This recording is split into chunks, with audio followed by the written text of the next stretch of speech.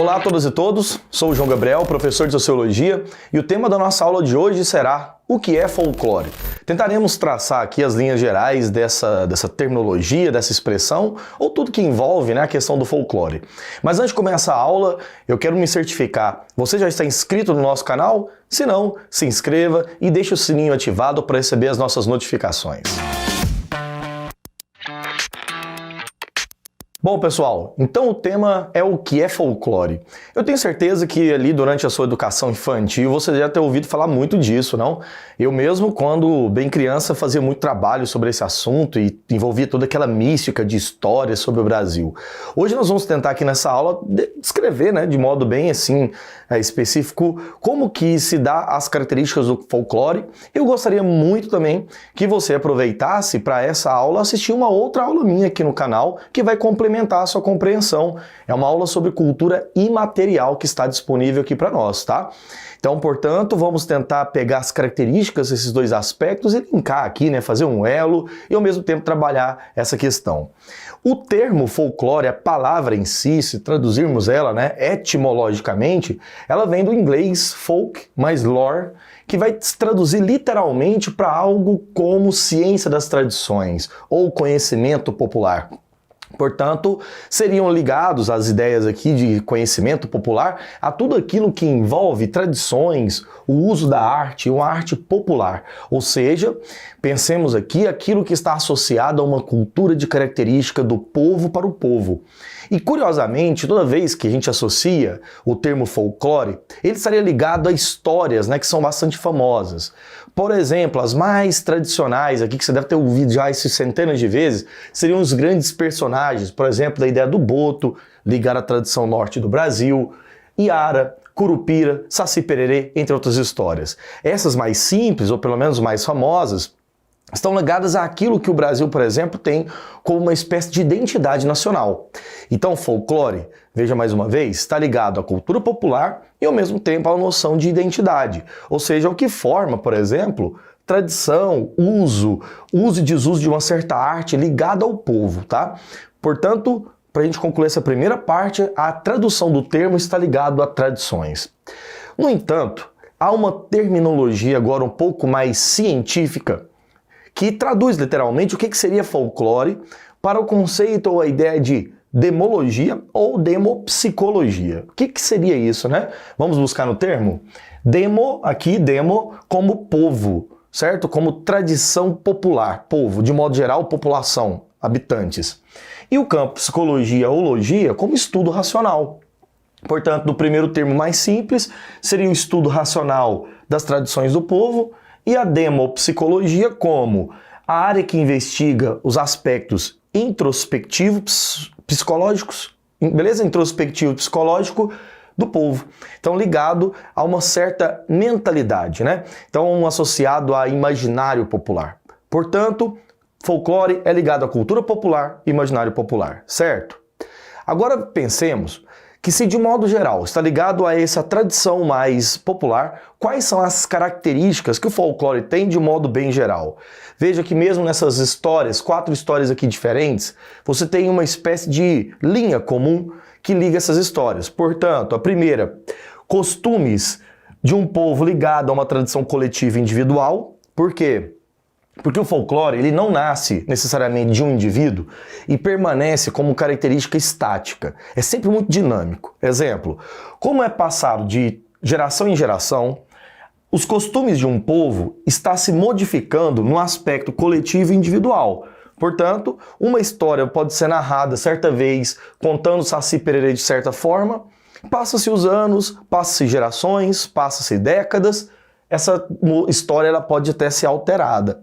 Portanto, toda vez que pensarmos relacionados, né, a uma tradição que é passada de geração em geração, lembra da ideia de dinamismo histórico, dinamismo cultural.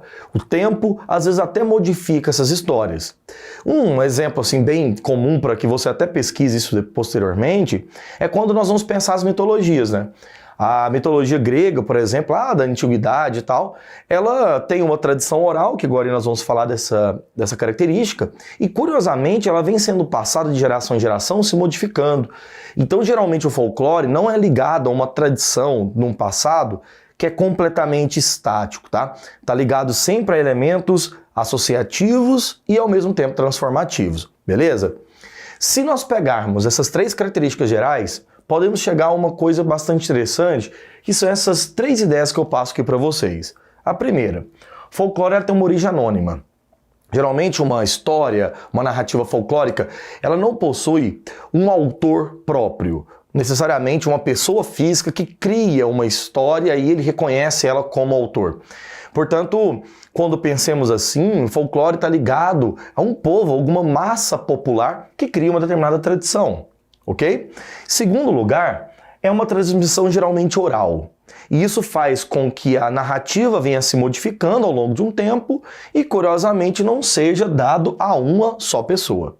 Professor, eu certa vez li que tem um folclore, sim, mas por que tradição oral sendo que eu li? Calma lá.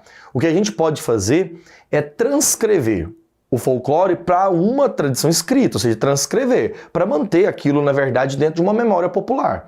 Mas o surgimento dele está associado a uma transmissão, geralmente oral, desse tipo de conhecimento. E, por fim, tem um surgimento espontâneo. Geralmente, quando se pensa o folclore, não está associando a uma história que é previamente, racionalmente pensada, certo? Para ser criada por um povo. Numa ideia de meio algo forjado, assim. Na verdade, aquilo vai surgindo, aquelas histórias vão sendo contadas, recontadas, aquilo se fixa numa tradição e se mantém como cultura popular. Além desse aspecto, eu trouxe para nós aqui também 4 características, tipos gerais de folclores e como que eles se manifestam. Exemplo, folclore é sempre uma narrativa tradicional. Narrativa, ele narra, ele conta. Ele conta alguma coisa como, por exemplo, histórias, mitos, tradições de surgimento de um povo. Segundo, costumes tradicionais, festas, eventos, coisas que estão ligadas a determinados hábitos, certo? Que se transpõem de época em época. Crenças, ligadas a um imaginário geralmente religioso, geralmente a algo místico, como até mesmo exemplos de folclores de bruxarias. Quer dizer, costumes, crenças e narrativas associadas sempre a um elemento tradicional. Mas há também inúmeros folclores que são ligados à linguagem popular. Por exemplo, dialetos, né? Formas de comunicar, formas até mesmo de tradições de culturas ágrafas, como culturas indígenas. Culturas ágrafas, lembrando, são aquelas culturas que não possuem escrita, que estão vinculadas a uma narrativa geralmente oral, né? Uma língua falada, certo? 4 tipos muito comuns de se encontrar. E isso compõe o que eu particularmente gosto de chamar de patrimônio cultural, mas ele pode ser material ou imaterial. Como assim?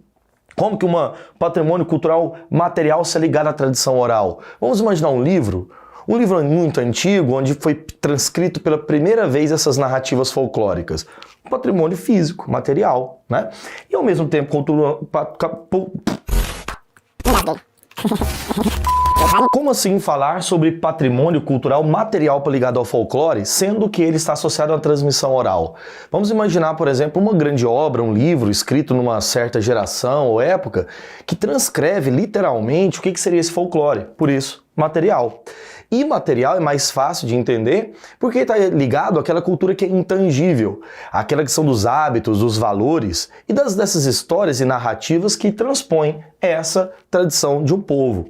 Portanto, quando pensamos em patrimônio cultural material ou imaterial, temos que lembrar e salientar que eles são protegidos por órgãos específicos no Brasil. Em outros encontros aqui, quando eu falei sobre cultura, nós sempre citamos o IPHAN, o Instituto do Patrimônio Histórico e Artístico Nacional. Mais uma vez, IPHAN, Instituto do Patrimônio Histórico e Artístico Nacional, que é o órgão responsável hoje no Brasil por proteger essas culturas. Portanto, cultura material ou imaterial estão ligadas geralmente a essa atividade folclórica. Para nós encerrarmos a aula, é interessante lembrar que tudo que envolve o folclore faz parte de uma cultura. Geralmente uma leitura de um mundo um pouco mais elitista e até preconceituosa culturalmente tende a associar folclore a mentiras, tende a associar numa leitura meio cientificista a realidades que não existem. Portanto, nós devemos sempre salientar que toda civilização, toda sociedade possui suas formas de identidade e suas maneiras de agir, de pensar no mundo, que envolve inclusive todas as sociedades, por exemplo, formas mitológicas de seu surgimento, danças, canções, festas, jogos, brincadeiras, tudo aquilo que envolve uma cultura. Portanto, falar de folclore não é necessariamente falar de alguma coisa assim, baseado numa espécie de submissão a outro padrão de cultura. Cultura, tanto que ela seja popular quanto seja erudita, é cultura e deve ser pensada nas suas especificidades, diferenças e principalmente na sua valorização. É isso aí, pessoal. Foi essa nossa aula sobre folclore. Se você gostou, por favor, deixa um likezinho aqui pra mim. Não deixe também, de acompanhar os links que estão na descrição deste vídeo. Tem muita coisa para você poder estudar. E acompanhe o Brasil Escola nas redes sociais, o nosso Facebook, o nosso Instagram e no nosso Twitter. Eu aguardo você na nossa próxima videoaula aqui no canal. Um grande abraço.